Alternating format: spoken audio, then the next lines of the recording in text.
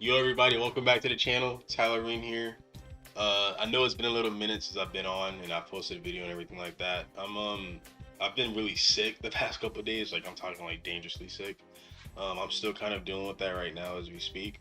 I'm not really at 100% yet, so bear with me, guys. I promise you guys, I'm gonna be back to full health very, very shortly.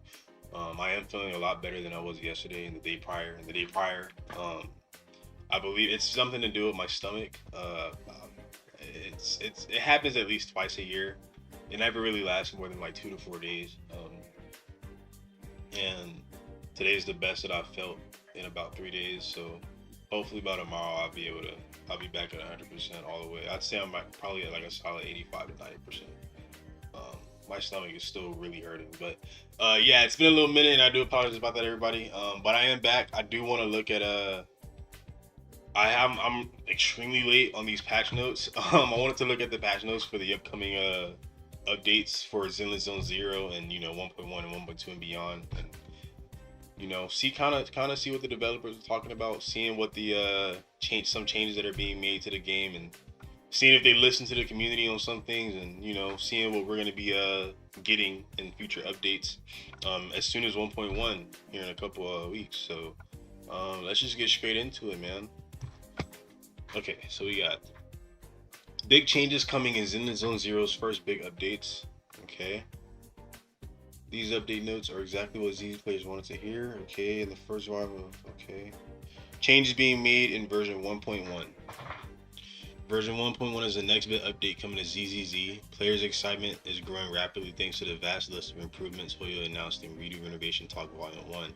There is no exact date for the update's arrival just yet. Many community members predict this release to be within the next 2 weeks. Below are all the great changes you can expect along with it, okay? Explore new Urdu as the Mish protagonists. Bell and Wise may be the game's main characters, but they are not the protagonists of all individual missions. Of course, we have our faction missions and everything like that as well.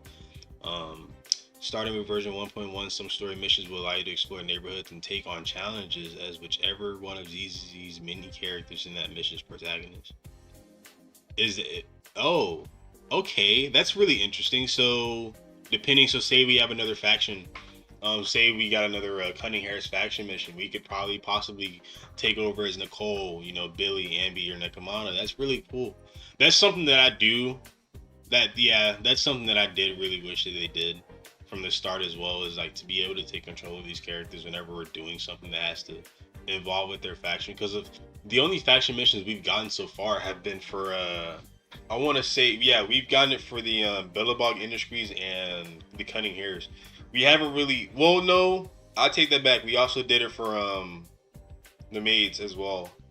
So yeah, that's really interesting. I wonder how that's gonna play out exactly. So like, are you gonna be able to choose which protagonist you're gonna be able to walk around as, or is it gonna be something to do with like if it's focusing? So like, say we did something with Bellabog, how the one we got in the game so far, it was more so focused. It had the whole Bellabog faction there, but it was more so focused on Kaleda and everything that she had going on with her pops with the Hollow Zero and his disappearance. That's really interesting and really cool to think about. So okay, so if you do that though,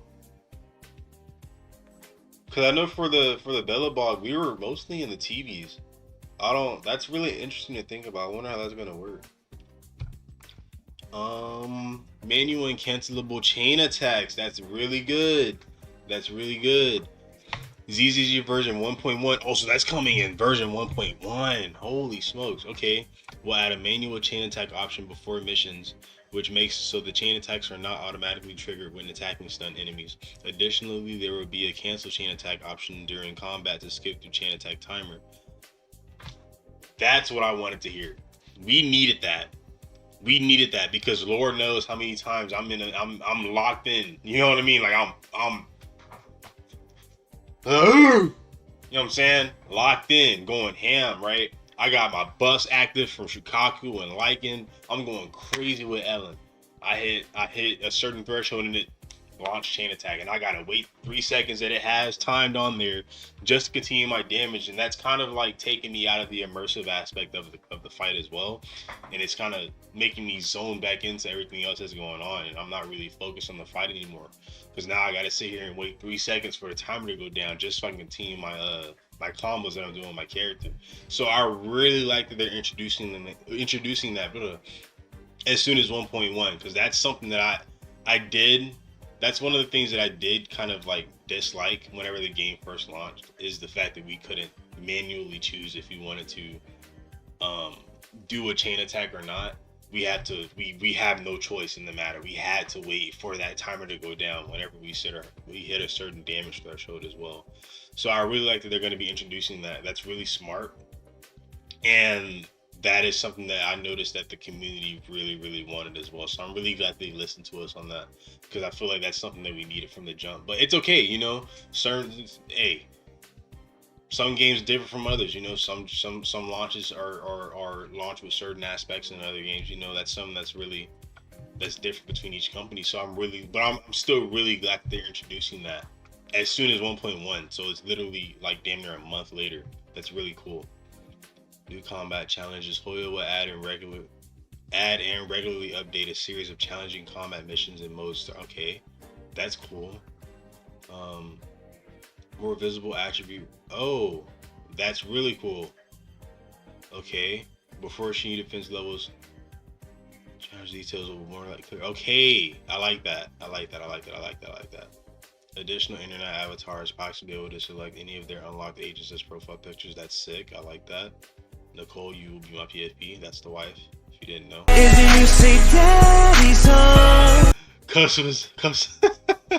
Customizable mobile controls. ZDZ 1.1 allow mobile users to change their battle interface. Okay, some elements of the UI will be customizable within preset plans. That's cool too. That's something that we want to see in the mobile version as well. More than to be more compatible with the UI and more comfortable whenever because it's on the phone, so it's not as accessible and easy to do stuff. Whereas on a PC, you can, what I'm saying? Because for me, I suck at playing mobile games because of the fact that one, my hands are huge, so I'm literally holding my phone and my thumbs are, like it's something that's super difficult for me. So that's pretty cool that they're going to be allowing that customizable feature for the phone. That's something that I really enjoy. All right, so now we are on the updates for ZZZ version 1.2. Beyond version 1.1, Hoyo also teased big changes planned for yet another ZZZ update. There are some significant quality of life improvements to look forward to. Ferry assistance. Once certain requirements are met, proxies can task previous missions to Ferry. The AI system will complete and collect any last remaining rewards that the player failed to get on their own. I like that. That's really good. So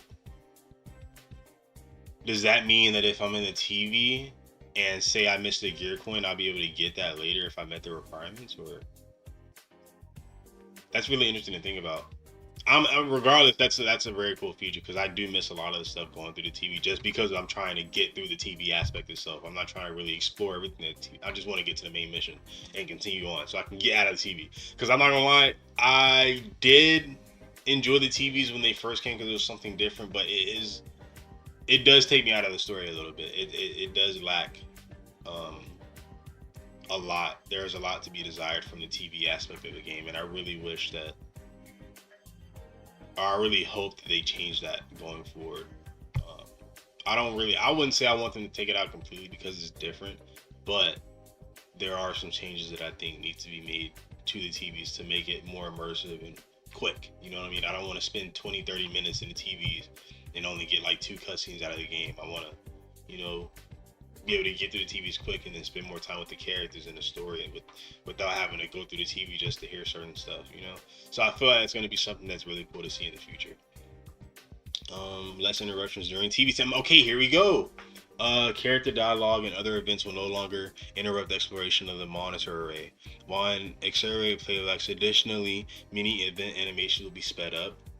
This update alone answers one of the community's biggest gripes with ZZZ. There we go. That's what I'm talking about. Okay, because that might be the biggest gripe with ZZZ so far, is the fact that even if we're in the TVs, if we're doing the speed up animation, to me it doesn't feel like anything's being sped up because they're constantly talking and it's slowing down. So whenever you go over a certain TV and it'll zoom into the dialogue thing, you have to sit here and just press A or press X or whatever the hell just to get through that and then continue to speed up. It's kind of annoying having to continuously do that repeatedly. It's a very repetitive thing, and I am really glad that they're changing that as soon as 1.2. That's really cool. Um, because it's like I said, it's a very annoying thing to have to continuously do. And I honestly I dread having to enter the hollow as far as the TV aspect goes. Like Shinju defense, that's cool. But the Hollow Zero stuff, I've hardly touched it. Not because I'm not strong enough to do it. It's just that I'm just not trying to do it. I don't want to sit through those. Even with the commissions, the exploration commissions, I don't want to do them. I hate doing them because, dude, like literally, I'll spend 30, 40. Like, there was a commission I spent, not a commission. There was a time I was in the Hollow Zero. I literally spent 35 to 40 minutes in there. And I shouldn't have to be in the Hollow Zero that long because the Hollow Zero itself is mostly just TVs, and then the only time you're not in the TV section is when you're fighting a boss, and that takes me like 5 minutes to do. Like it doesn't take me that long. So realistically, I'm probably spending like 25, 30 minutes in there in the Hollow Zero, and then 10 minutes fighting bosses. That's kind of something that I wish that would kind of be flipped or more so balanced, you know? Maybe 10, 15 minutes exploring the Hollow Zero, like the actual TVs themselves, and then the other minutes just fighting necessary bosses, not bosses that are not enemies that you can just pass over. I always pass over. I don't really care. But you know, fighting the bosses themselves of each stage, because you have 3 different stages in the Hollow Zero, and to get to the next stage, you have to complete the previous stage's boss. So you know, spending time with those bosses more and spending less time in the TV trying to explore and do all this other stuff, especially utilizing the fairy assistance, so I don't even have to worry about getting all the rewards. I can just go to Fairy and have her get up for me later. That's going to be something that's pretty cool, and it'll be less time consuming having to do those commissions and exploring the Hollow Zero too. So I really like that. I'm really excited for that as well. Lineup presets. Players will be able to gain the ability to set preset lineups to make it easier to select agents for a mission. I like that. That's really cool. You'll also be able to include or exclude Bangbu from the lineup as you wish. I like that a lot. That's very convenient. That is very convenient because there will be times where I'll go into the hollow and I forget to change the agent. You know what I'm saying? So be able to have that preset and say, okay, I'm gonna go do this mission. I know the weaknesses. I'm gonna have these agents listed. Boom, boom, boom. Okay, I like that. That's really cool. Easier access to training. The version 1.2 update will make accessing agent training more convenient, making it easier for ZZZ players to learn and practice character-specific skills. I don't really even use the training 100%. That's still something that's very cool. And it's very it makes it very easy, you know, but I hardly ever use that. If I ever have to, I usually figure out an agent like when they come out in a playtest, you know, to get the little primo gems, because I'm gonna get the primo gems, fuck, the polychrome, because I'm gonna get those polychrome, or I just use them until I figure out their shit. Here we go. Okay. Oh, thank you devs, thank you. Infinitely skippable time. I don't even have to read it. I know what this means. Oh my god. Okay. Currently, proxies can only change the time of day by doing missions or resting, the latter of which has a limit of only once per day. Version 1.2 will allow you to freely change time once you hit a certain internet level. Thank God. Thank God. Because there's been so many times where I'm trying to get to the next day. Say like I have a trust event and that's only not a trust event, but I have a mission that has to be done in the morning, but I'm literally in the evening, not even nighttime yet, but the evening of the day, and I can't sleep or do anything else to quickly get to the next morning to do that mission because I've already rested, because I had a mission in the evening time that I had to get to. Oh my god, that's huge, and you can do it indefinitely. Like you can continuously do it. That's amazing. That's going to make it so much easier to be able to progress through certain missions and commissions that you have to do. I like that. I like that. That might be that's one of my favorite updates that they're bringing. That's cool. I like that a lot. We got brightness adjustments. Hoyo will be slightly tweaking the background brightness of some commissions to adjust feedback from players who found things too difficult to see. I haven't really had difficulty, but I mean, you know, certain players, you know, different monitors and anything like that, you know. Certain players see everything differently. So that's cool that they're bringing different accessibility options to the game as well to make it easier for certain players. I like that a lot. Plans for future ZZZ updates. As if 2-day updates worth of changes weren't enough, Hoyo went one step even further and shared a few plans for future ZZZ updates. Okay. Wander the city as any agent. Proxies will be able to know. Proxies will no longer be limited to exploring New Eridu as one of their proxy siblings. Okay, Hoyo will share more details during the special program live streams. I like that. I mean, I personally probably won't use it. Because the whole point of the proxy, in my opinion, is just to be able to, you're doing proxy work outside, and if you, but that go back to the fact that certain agent story missions and everything like that, and faction missions as well, you be able to control certain agents during their specified story or faction missions. That's pretty cool. But I feel like it would take me out of the immersive aspect of the game, switching between different agents to wander around with, like in New Eridu itself. But I personally probably won't use that. But it is really cool that they're actually implementing that into the game. Who knows? Maybe I will. I don't know. I'm probably will. I'm gonna have Nicole or Jin or Jane. Okay. Visual model updates. ZZZ agent models will continue to be updated to address visual glitches and inconsistencies. Cool. UI optimization. Oh yeah, will continue to tweak the menus and combat interfaces with the goal of a smooth. I almost said go. Fuck. With the goal of a smoother, more intuitive. Can I English? God damn it! More intuitive gameplay experience. Overall, this vast list of updates is worthy of the excitement it has sparked with the ZZ community. Nearly all of the most popular complaints and feedback on social media have been addressed, with one glaring exception. Okay, they definitely listen. There are a lot of quality of life things in 1.1 and 1.2 that the community had gripes about, and I'm glad that the devs actually sat here and took the time to listen to what the community is saying and have addressed them so quickly as well. We're getting updates that we had problems with the launch of the game literally in 1.1, and 1.2 will be here sooner than we think. So like it's they're dishing them out, and I'm really glad that they're addressing these things.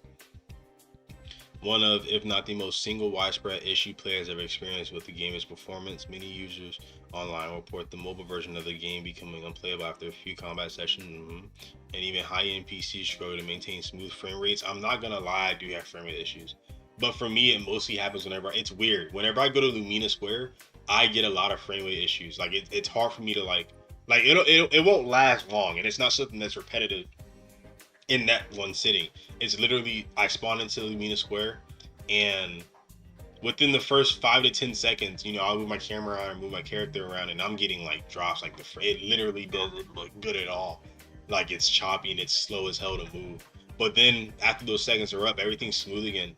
But I'll teleport out of there, teleport back in, the same issue's going on. It's repeatedly happening.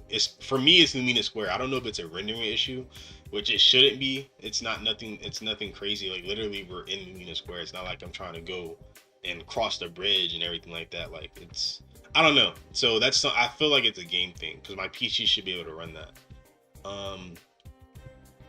Stay tuned for more. God damn, she's hot. No, that's really cool. I'm really glad that they're really, like I said, they're addressing a lot of these updates as quickly as possible. And the fact that they even addressed them, period, and talked about them and let us know when most of them are going to be coming, that's really cool. So the fact that we're getting a good bit of these in 1.1 and some in 1.22, along with more updates as well, I'm really glad that they listened to us, man. Because especially with the TV thing, because that man. That's a lot. That's good. That's good. I'm really glad that they're actually sitting here and taking the time to listen to what we have to say and acknowledging the gripes that we have, because and it's not like there's not any positives. The game's great. Don't get me wrong. I love the game. It's one of my favorite games of all time, or one of my favorite gacha games of all time. But every game has its flaws, and I feel like this is one that has its flaws that need to be. Every game has flaws that need to be addressed sooner or later. This game definitely has flaws that need to be addressed right now, if it wants to, in my opinion, last a long time. With certain people. Now, me personally, I'm still gonna play it because I love the game. I love the character. I love the lore, and I'm very interested in the lore, and I'm kind of obsessed over it. But to have that playability, you're gonna have to take some of those negatives and switch them to positives. And I feel like the fact that they're listening and acknowledging and are being very attentive to what the community has to say, it speaks volumes, and I'm really happy in the fact that they're taking the time to address these things and bringing some of these things to fruition, and literally as soon as 1.1. So I don't know, man. We're gonna see. We're gonna see. We're definitely gonna find out, and we're gonna see everything plays out here in the future. We are getting the special service live, our special program live stream on Saturday, so expect the video out for that as well. I'm gonna miss the live stream because I'll be at work, but it's gonna be on YouTube anyway, so I'll just watch it from there, and then we're gonna get my reaction to everything and see what's gonna be popping off with that. So expect the video on Saturday for that as well. I do have another video planned for today. I don't know if I'm gonna upload it today or upload it early tomorrow. We're gonna see because I have a lot of other stuff that I have to do as far as shopping and doing stuff around the house as well. But yeah, man, if you guys enjoyed the video, I know I'm extremely late on this. Y'all probably have already seen the patch notes, but I am really excited to see the things that they're gonna be doing for the game so far. Not even for just the 1.1 and 1.2 updates, for the future updates as well. Just to see where the game goes, man, and outside of story stuff as well. I'm really excited for the story. I'm really interested in the 7 heroes. I want to see what that's going to be like. But, just seeing how the game progresses overall as far as, the mechanics of the game itself, from the camera work to the visuals, the gameplay, you know what I mean? And I'm really excited to see how they bring all that together in a cohesive and collective way. So, but yeah, like I said, if you guys enjoyed the video, man, make sure to like, comment, and subscribe if you mess with your boy. You know what I'm saying? And without further ado, I will see you guys next time. Peace.